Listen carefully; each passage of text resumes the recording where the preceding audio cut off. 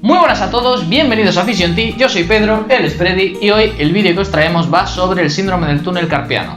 ¿Os suena el nombre? Puede que sí, puede que no, pero bueno, en fin, ¡dentro vídeo!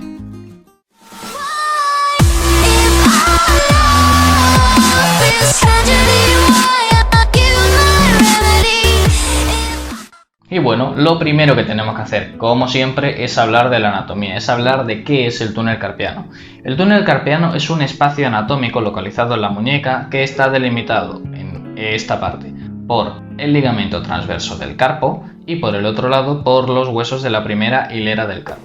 Por este espacio deben pasar los tendones flexores de los dedos y además deberá pasar el nervio mediano. Este nervio es el encargado de inervar los tres primeros dedos y parte del cuarto y además una gran parte de la palma de la mano.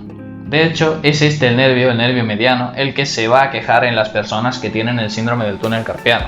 Un síndrome es un conjunto de síntomas y en este caso sus síntomas son entumecimiento y adormecimiento, sobre todo de la zona que ya he comentado, la zona que acaba inervando el nervio mediano, y además le suele caracterizar también un dolor de tipo neural, un dolor quemante que puede recorrer hasta el codo. Estos síntomas nos los va a relatar el paciente en caso de que realmente tenga esta patología. Pero hay dos tests que le podemos realizar al paciente para ver qué tal reacciona ante él. El primero es el test de Fallen. El test de Fallen se va a caracterizar por poner en una posición de máxima flexión palmar en la que ambos dorsos de las manos y de los dedos van a estar en contacto aproximadamente durante un minuto y van a generar estos síntomas en el paciente. No siempre va a dar positivo en gente que tenga el síndrome del túnel carpiano, pero siempre que dé positivo, generalmente suele ser porque existe este síndrome. Y luego tenemos el test de Tinel. Este test se caracteriza por una compresión directa en una zona en la que está el nervio mediano y que genera un efecto corriente eléctrica en la zona de inervación del mismo nervio. Bueno, una vez comentado esto,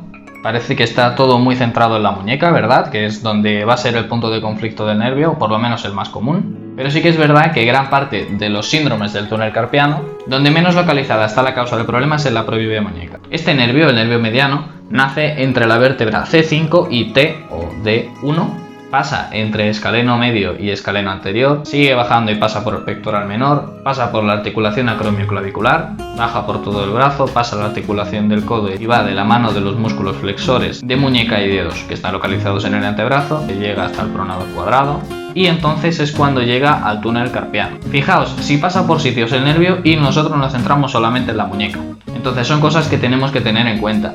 No nos tenemos que centrar solamente en hacer estiramientos de la musculatura flexora y ganar fuerza extensora de muñeca, por ejemplo, sino que tendremos que valorar a cada paciente individualmente para saber qué le está pasando. Y si tú eres una persona que está sufriendo este tipo de síntomas, deberías informarte a ver qué te está pasando. Te recomiendo que vayas a un fisio y que te haga un diagnóstico de fisioterapia. Factores de riesgo para que aparezca este tipo de patología existen. Por ejemplo, personas que pasen gran parte de su tiempo con un ordenador y que estén utilizando el teclado repetitivamente, es posible que refieran a este tipo de síntomas. Incluso gente relacionada con el mundo del fitness que coloca las muñecas en unas posiciones que no son lo más apropiadas que deberían para la propia articulación, porque la están forzando demasiado. O por ejemplo, personas que no sepan respirar con el diafragma y que tienen demasiado de la musculatura accesoria. Escaleno anterior y escaleno medio son musculatura accesoria. Por lo tanto, es probable que si una persona respira así y el nervio hemos dicho que pasa entre esos dos músculos, acabe sufriendo o se vea atrapado de alguna manera. Entonces, ¿qué hacemos para tratar esto? Bueno, como tratamiento conservador, si el problema viene desde la muñeca, vamos a centrarnos en varias cosas. Vamos a realizar estiramientos de la musculatura flexora en diferentes posiciones y de diferentes maneras. Veremos más adelante cómo realizarlos adecuadamente. Vamos a realizar ejercicios de potenciación de la musculatura extensora.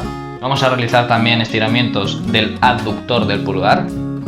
La cosa se complica cuando la culpa no es exclusivamente de la muñeca. Por ejemplo, si la culpa es de las cervicales, por culpa de un bloqueo, vamos a tener que intentar normalizarlo. Si la culpa es de los escalenos, vamos a hacer que estos se relajen. Si es culpa del hombro, actuaremos sobre el hombro. Si es culpa del pronador cuadrado, por ejemplo, que también pasa por ahí, pues tocaremos el pronador cuadrado. En fin, que no hay un único tratamiento para el síndrome del túnel carpiano. Igual que ninguna de las personas que lo sufren son iguales. Otras personas es posible que sufran esta compresión del nervio mediano por la aparición de un edema en el brazo. En este tipo de personas, probablemente nos va a venir bien la utilización del drenaje linfático como tratamiento. Si no sabéis a qué me estoy refiriendo, dejádnoslo en los comentarios y así lo tomamos como idea para futuros vídeos. Y las movilizaciones del nervio mediano como tal van a ser un punto crucial en el tratamiento conservador del síndrome del túnel carpiano. Para ello nos tenemos que imaginar que el nervio es una cuerda y que vamos a tirar de un origen y luego del otro, pero alternativamente. Es decir, yo tiro de uno y arrastro a este, y luego tiro de este y arrastro a este. Es una movilización de todo el nervio. En ningún caso tengo que hacer esto, porque va a ser entonces cuando voy a producir síntomas que no son para nada agradables. No estamos hablando solamente de parestesias, como el hormigueo o el entumecimiento, sino que voy a producir ese dolor eléctrico y quemante por el que se caracteriza un dolor neural. Va a estar el último grupo de personas, que son los que van a necesitar una intervención quirúrgica para solucionar su problema. Y probablemente después de la operación van a venir con nosotros para la recuperación, como es normal. Y otra cosa os digo, si vais lo primero a un médico por este problema, seguramente lo primero que os diga será de operaros. Os recomiendo que vayáis primero a un fisioterapeuta a que os haga una valoración completa, no vaya a ser que el problema venga de aquí, y sea capaz de evitaros la operación, solucionaros el problema y encima que no vaya a volver. ¿Y yo? ¿Puedo hacer algo para prevenir el síndrome del túnel carpiano? La respuesta es sí.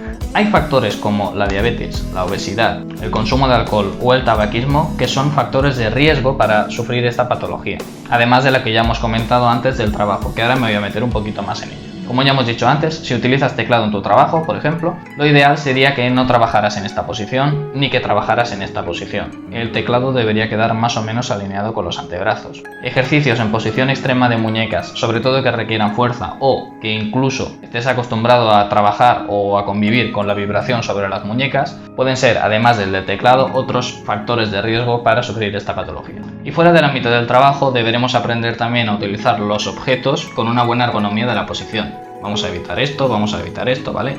Siempre nos va a favorecer que exista una posición neutra de la muñeca. Y por supuesto, supongo que habréis sido capaces de deducir que si tu postura es parecida a esta, pues quizá una manera de prevenir sería mejorar la postura, haciendo que se parezca algo más a esto. Y bueno, yo no me voy a enrollar más, ya os he explicado lo que es el síndrome del túnel carpiano y que no tenemos que tener en cuenta solamente la muñeca, sino que es mucho más completo y tenemos que tener en cuenta a la persona como tal. Y os voy a dejar con Esther para que os enseñe los ejercicios a los que he hecho referencia anteriormente y yo, sin más, me voy a despedir. Así que, ¡hasta luego!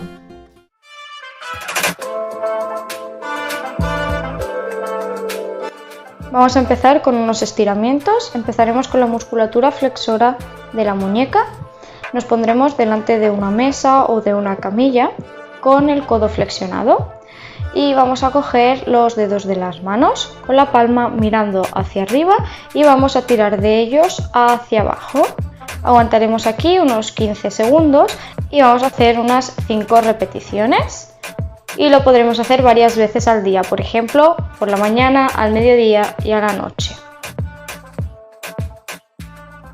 Vamos a seguir con los estiramientos de la musculatura flexora de la muñeca, pero ahora lo vamos a hacer con los codos estirados, ya que hay parte de esta musculatura que se inserta por encima del codo.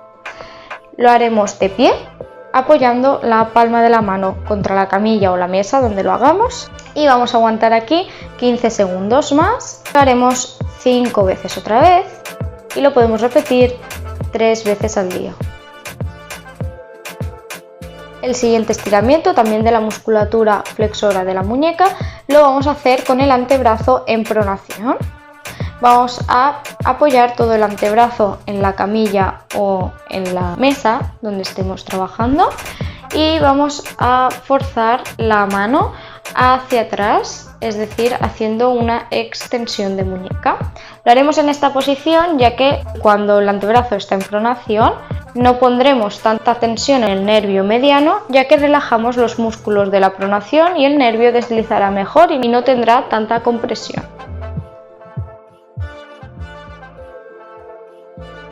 El siguiente ejercicio es para estirar también la musculatura flexora de la muñeca, pero además también implicaremos los dedos.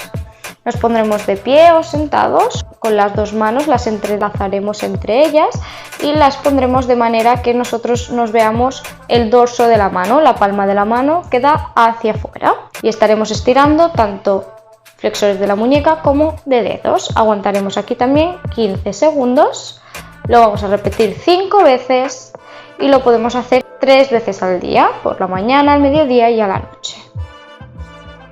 Vamos a seguir el estiramiento de la musculatura aductora del pulgar.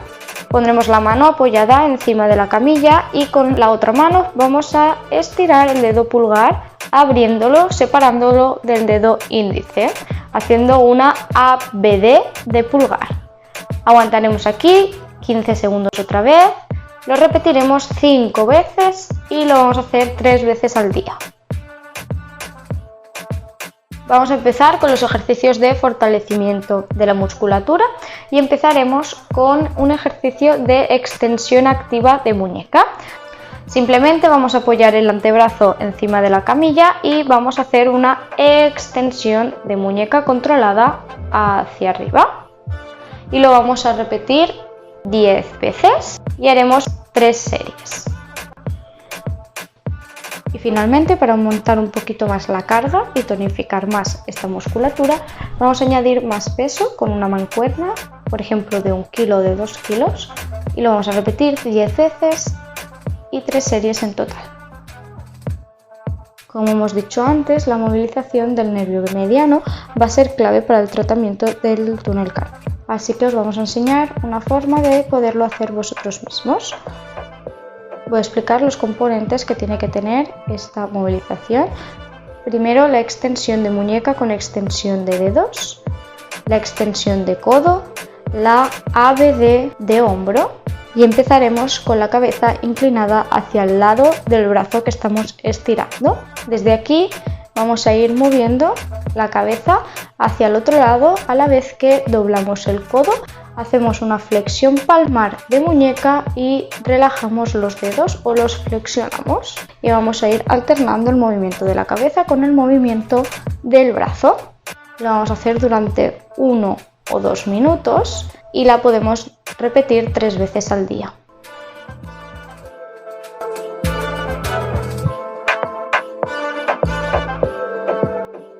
Y por último os vamos a mostrar una rutina que podéis realizar la gente que se dedica a trabajar mucho rato delante de un ordenador. Simplemente cuando esto pase haremos una pausa en el trabajo y vamos a hacer unas movilizaciones sencillas de cervicales, hombro, muñecas y añadiremos también una respiración diafragmática para relajar la musculatura accesoria, como pueden ser los escalenos, que interfieren también en el nervio mediano. Comenzaremos con la movilización de las cervicales del cuello. Vamos a hacer primero unas inclinaciones hacia un lado y hacia el otro. Haremos 10 repeticiones de cada lado y pasaremos a las rotaciones de cabeza hacia un lado y hacia el otro. Para hacerlo más suave podemos inspirar en el centro y expirar cuando vayamos hacia el lado. A continuación haremos unas flexiones de cuello hacia abajo, escondiendo la barbilla. Es importante para realizar bien la flexión. Seguiremos con unas rotaciones de hombro. Empezaremos rotando hacia adelante el hombro y seguiremos rotándolo hacia atrás. Podemos hacer 10 rotaciones hacia adelante y 10 rotaciones hacia atrás. Vamos a seguir con las muñecas. Vamos a hacer rotaciones de muñecas. Podemos hacer 10 hacia un lado lentamente y 10 hacia el lado contrario. Y por último, como he dicho, vamos a incluir unas respiraciones diafragmáticas que las podemos hacer sentados mismamente en la silla donde trabajamos. Y vamos a coger aire y vamos a llevar el aire hacia nuestras manos, notando que se hincha el abdomen. Y vamos a expirar notando que el abdomen entra hacia adentro, es decir, se deshincha. Y haremos unas 10-20 repeticiones de estas respiraciones.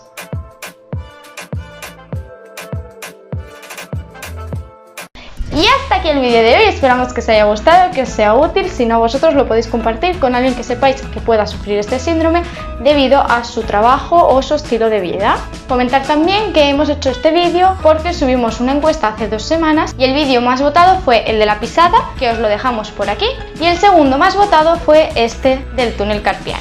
Ahora sí, nos despedimos, pero antes os pedimos un gran like, suscríbete y nos vemos en el siguiente vídeo. ¡Hasta luego!